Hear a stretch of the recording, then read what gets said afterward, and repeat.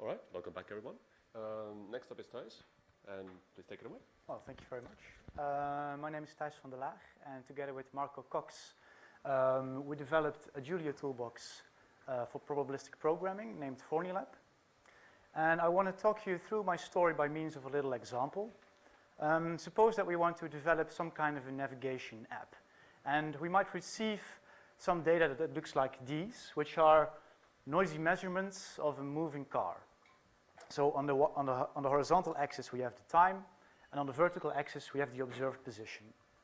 And now what we're interested in is to infer the actual position of this car. So now, how might we go about solving a problem like this?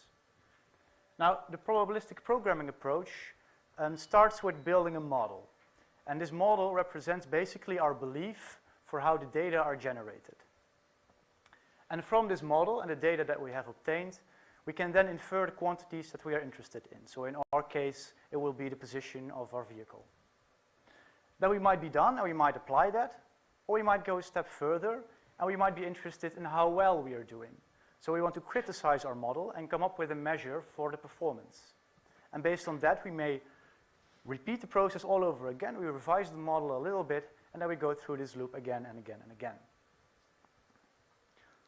Now, the left-hand side of this loop is by definition human work. To come up with a new model is a creative process. But everything on the right-hand side can be automated. And there are several other toolboxes that also try to do this. For example, Stan, Edward, Infer.net, and as we've seen the talk before, Turing.jl. But Fornilab differs, well, aside from the native Julia implementation, from these toolboxes in a slightly different way. For example, we use vector graphs, and then specifically Forney-style vector graphs, as a representation for our generative model. And I will show an example of that in a minute. What's convenient about these vector graphs is that we can perform message passing on these to infer the quantities that we're interested in. And finally, we will use the free energy as a measure for model performance, which basically indicates, it's a number that indicates how well our data fit the model that we have postulated. Now, if you put all these ingredients together and you let it simmer for a few years, then you end up with Fornilab, and it's available on GitHub. Now, back to our example. So we might propose a model like this, where x represents the actual position of the car, and initially, at time 0, we are fairly uncertain about where we are. So we represent that by x0 at time 0 to be a Gaussian distribution with a very low precision, which means a very high uncertainty. Then the next line states that the current position of the car can deviate a little bit from the previous position. So in other words, the car is allowed to move a little bit. And the third line says that the observations that we do are actually noisy observations of the actual position. Now, in Fornilab, we might write this model down as the code here shown below. So we have this macro, this add_rv macro, that defines for us a random variable, and under the hood, it also builds up the vector graph line by line. And we have this placeholder function over there that indicates which quantities that we actually observe. So we observe all the variables y over all the times. Now, under the hood, this builds a Forney-style vector graph, which looks something like this. So horizontally, you can see the hidden positions, and vertically, you can see that we have these observations. I won't go into detail on this. There are two excellent references below that will tell you all about how this is mathematically defined.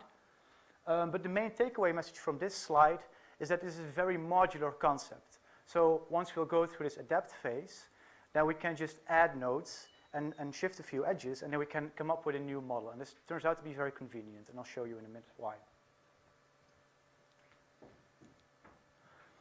Now, on to the next stage. We want to define an inference algorithm. And with Fornilab, we can do that actually in just 2 lines of code. And what these 2 lines of code do is they automatically generate a variational message passing algorithm for us. Again, the details of how this is done are captured in this reference. This is a publication by Dowells. But what this does is it schedules a message passing algorithm on this graph-like construct that we have defined before. So these messages, they flow forward and backward across this graph, and they pass information forward and backward. And by combining these messages, we can get a belief for the quantities that we're interested in. Now, it doesn't stop there. The most importantly, what it returns, this variational algorithm function, is a function itself. So basically, you could say that Fornilab is a Julia program that generates Julia programs for you. And how does this work? Well, this step function, this inference function, accepts a dictionary of data, and it builds an array of messages.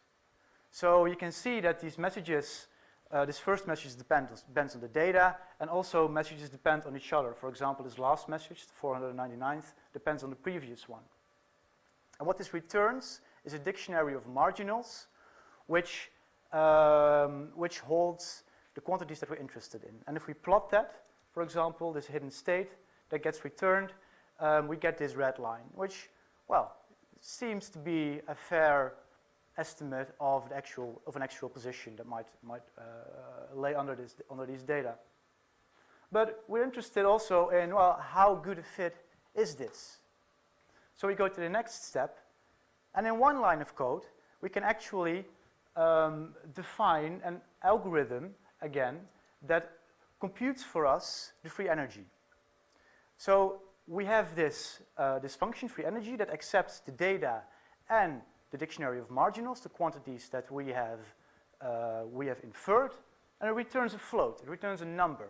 And this number indicates how well the data fit our model. So we can run this automatically generated program, and then we get a number, 294. All right, well, on itself, this number doesn't really say anything, but it gains meaning when we compare it to an alternative, right? So we go back to our model design cycle, and we repeat this process all over again. And as you might have noticed in this data, there was this kind of periodicity, right? So let's try to incorporate that into our model. So we adjust our code a little bit. We introduce this rotation matrix, A, and as a nice detail, you can see this multiplication operation. That's actually something that we have overloaded. So this multiplication is actually a matrix times a random variable. And what this does under the hood is it just adjusts the vector graph, and it introduces extra nodes. So we can rebuild our algorithm, and we end up with the blue line. We can rebuild our free energy algorithm, and we end up with a new number, 205, which is significantly lower than the one that we had before. So then this new model becomes a reference, and we can try it all over and over again until we're satisfied. So to summarize, we've developed Fornilab. It's a Julia package that enhances the probabilistic model design cycle. In essence, it's a Julia program that writes Julia programs, which is very convenient, because then you can just hack away in the code itself and adjust it to your own liking. And most importantly, it's available on GitHub. So thank you very much.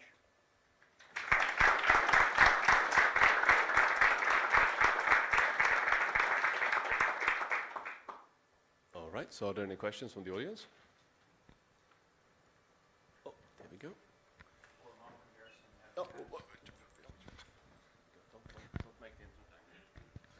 For model comparison, how does the free energy compare to Bayesian information criterion or deviance information criterion or other measures?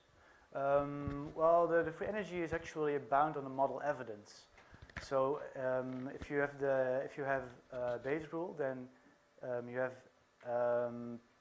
the P of D, the probability of the data. That's actually what you're interested in, because that's a real measure of how well the data fit your model. But usually that's very hard to compute. So there are alternatives, for example, the Bayesian information criteria or the AIC, et cetera, which are easier to compute.